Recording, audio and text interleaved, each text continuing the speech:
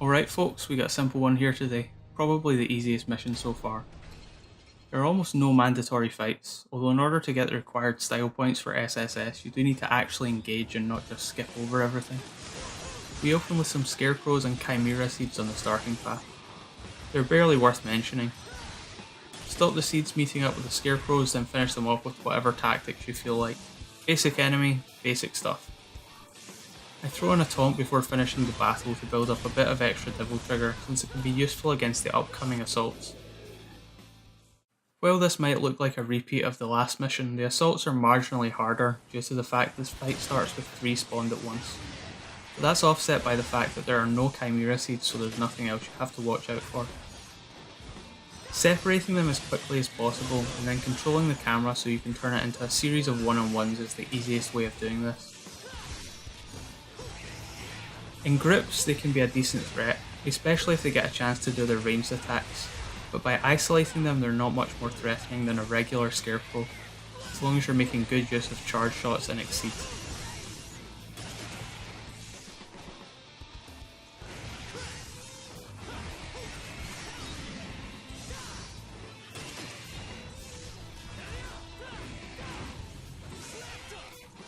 A majority of this mission is just running around breaking stuff, but what else is new in this game?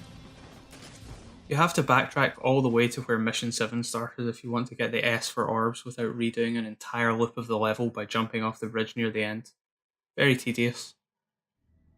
Chimera assaults are an enemy I really don't want to touch with a 10-foot pole, and thankfully you can just ignore this fight. Gathering all the orbs while avoiding damage is surprisingly tricky and easy to mess up, so I rely on Devil Trigger to speed things up and bail me out of problem situations. Charge Shot for the knockback to stop them swarming me is also very useful. Once everything's smashed, there's no reason to linger or fight these dudes, so just move on through.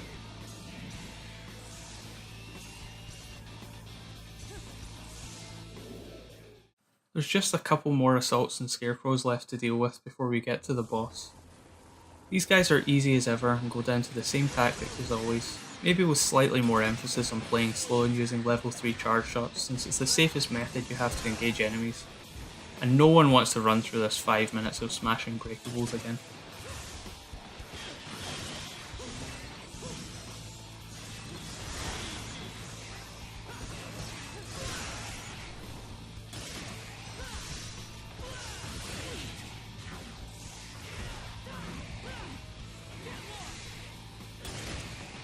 Credo is, of course, the standout part of this mission, and straight up one of the most fun bosses in the game.